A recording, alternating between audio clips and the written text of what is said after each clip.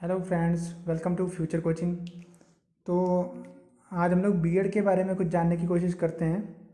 BEd second year के paper अभी अभी हुए थे, तो उसका जो पेपर है इन्वायरमेंटल एजुकेशन, उस पर हमने दिखाएंगे कौन कौन से क्वेश्चन इस बार आए थे। ये देखिए देखिए पहली चीज़ आप देखिए कि इस बार पेपर में जो था 40 मार्क्स का पेपर हुआ था और 3 लॉन्ग क्वेश्चन थे, सब में एक एक चॉइस थी। ठीक है, उनमें से आपको कोई 2 करने थे। इंटरनल चॉइस भी है। ये देखिए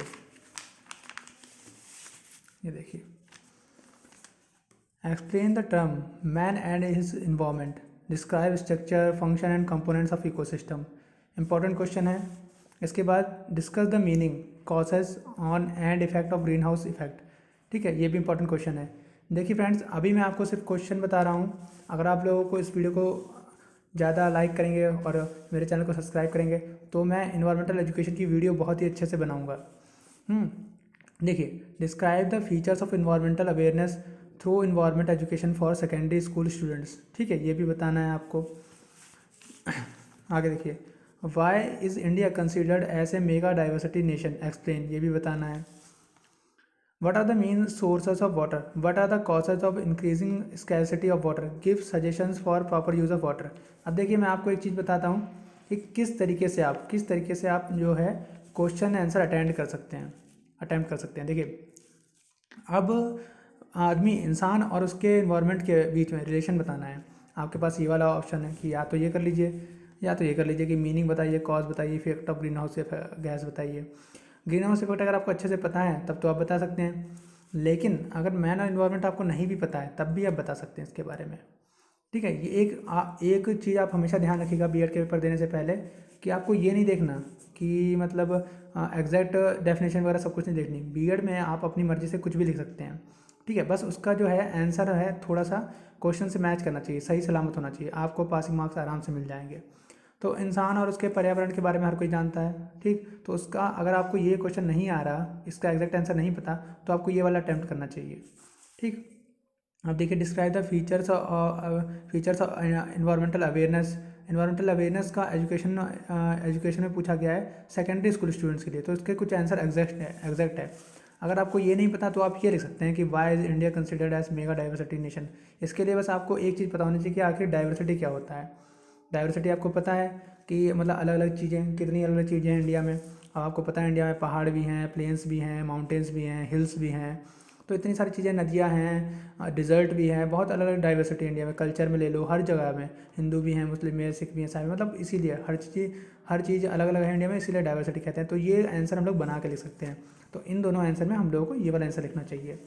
अब देखिए, ये वाला क्वेश्चन है, what are the various efforts carried out by ministry of forest and environment government of India for conservation of environment. अब मान लीजिए आपको इन दो इसके एक दो पॉइंट्स, 3-4 पॉइंट्स पता हों, तो तब भी आपको ये आंसर नहीं करना, तब तक नहीं करना जब तक आपको ये आंसर बिल्कुल क्लियरली ना पता हो। आपको कौन सा आंसर करना है, ये वाला, what are the main sources of water. ये कोई भी लिख लेगा। वाटर के सोर्सेज कौन से, नदी होती है, लेक होता है, पॉन्ड होते हैं, बारिश होती है, ग्राउंड वाटर होता है। ठीक है, और कॉजेज ऑफ इंक्रीजिंग स्कैरसिटी, मतलब कमी क्यों हो रही है पानी की, ये भी बहुत सारे रीज़न पता है हम लोगों को। आराम से इनमें बना के लिख सकते हैं कि लोग पानी को गंदा कर रहे हैं, उसमें नहा रहे हैं, उसमें कपड़े धो रहे हैं, पानी की कमी हो रही है, पीने वाले पानी की कमी हो रही है।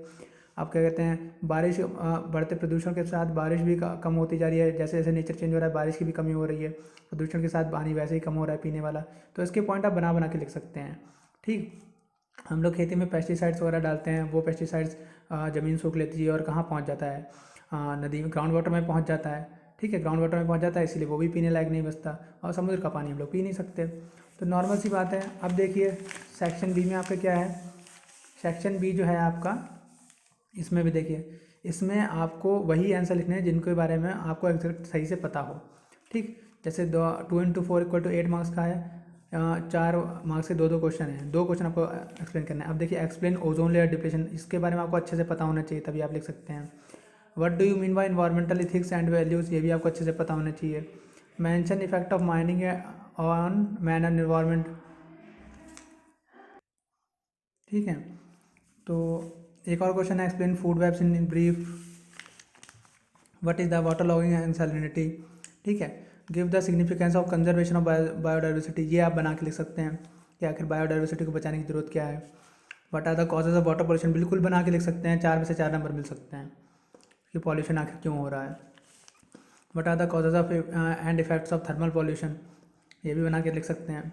तो ऐसे आंसर आपको छांटने हैं। और एक बात ध्यान रखिएगा, ज़रूरी नहीं कि आप सेक्शन फर्स्ट पहले करें, क्योंकि देखिए अगर सेक्शन ए में कितने नंबर का क्वेश्चन है, देखिए क्वेश्चन है 12 मार्क्स का। अगर आप इसको बाद में भी करते हैं तो भी कोई बात नहीं, ये क्वेश्चन है 4 नंबर के। अगर 4 क्वेश्चन आपने दोनों क्वेश्चन 4 मार्क्स के सही कर दिए तो आपको कम से कम 3.5 नंबर मिल जाएंगे, 7 नंबर मिल जाएंगे।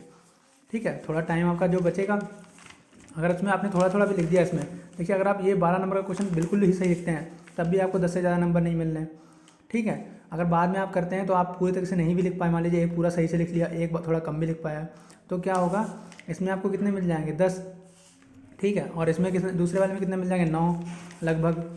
लेकिन इसमें क्या होगा, अगर आपने पहले वो वाले कर लिए तो उसमें 10-10 मिलेंगे, इसमें फिर आप ठीक से कर नहीं पाओगे तो आपको इसमें क्या 2-2 नंबर मिलेंगे, तो इसमें आपका नुकसान हो जाएगा।